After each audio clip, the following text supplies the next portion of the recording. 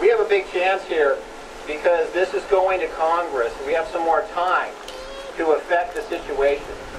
We have time when we have gatherings like this for them to start to hear our message. And let's figure out what that message is right now. Repeat after me. No more war. No more war! No more war! No more war! No more war! No more war! No more war! No more war! Okay. We'll do some more of that, but that's just to get you back on track here. Okay, our next speaker is Philip Racuel. Come on up, Philip. He's with Progressive Radio. Fill us in here, Philip. Hi, everybody. Glad to see a bunch of people out here today. First thing I want to ask you guys is a show of hands. Does anybody really seriously believe there's going to be a serious debate in Congress about this issue? Anybody? If there's anybody in here that does believe that, see me after I'm done, and I've got a nice bridge over here to sell you. Now, the thing, well, there goes my sign I was just going to refer to with the skeletons. The thing that upset me the most about this week, and what I talked about the most, is the fact that John Kerry, our Secretary of State now, has been marching around saying how it's horrible and terrible how they used these chemical weapons on the people. But we have a short-term memory in the United States. We also use chemical weapons, whether we like to admit it or not, in Fallujah. During the time of the Bush crime family. John Kerry is also aware of the crimes committed by the Bush crime family, so the hypocrisy is just dripping off of people. And now he says the other day that, well, I've got all this information, and Obama's saying, we're going to put out all these documents and the proof that we have. How are we supposed to believe that? How are we supposed to believe that our government is going to tell us the truth when they haven't told us the truth in years? Impossible for me. It's absolutely impossible. But I'm really glad that people are getting mobilized by this and coming out for anti-war demonstrations, and I hope people keep coming. I'm particularly happy to see young people out here today. Give yourselves a hand. Reason being is that sometimes I hear from young people that write me after listening to my radio program, etc. They say, well, politics is boring, I don't like to pay attention to it. Well, I tell you what, it's good that you do pay attention, because you are the people that will be ready once there's a draft. If you don't think that can't happen again, think again. You too can experience some of the fun and excitement people during the Vietnam War era experienced with a draft. If we don't pay attention, it's up to us, ladies and gentlemen, to start speaking up. If we wait on Congress to have a healthy debate, or if you wait for many in the mainstream media to come out and tell us the truth, you're going to turn blue. It's just not going to happen. So we have to keep coming out to events like this.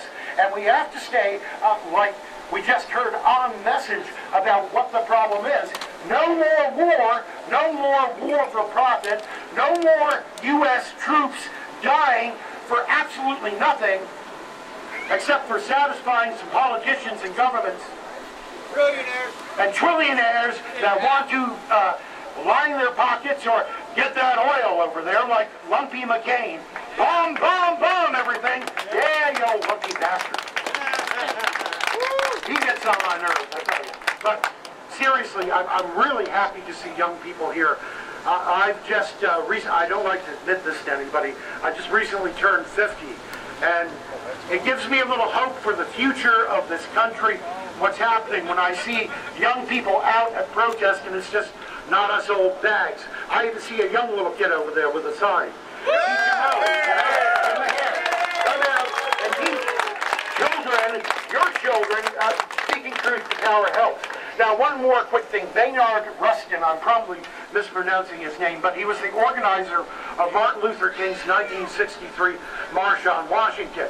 And Bayard said after the march that events like this, mass protests, are really good to have, but what also needs to happen is networking on your own. That means talking to family and friends, talking to co-workers, sending truth to power to people, and informing your neighbors, your family about what's happening.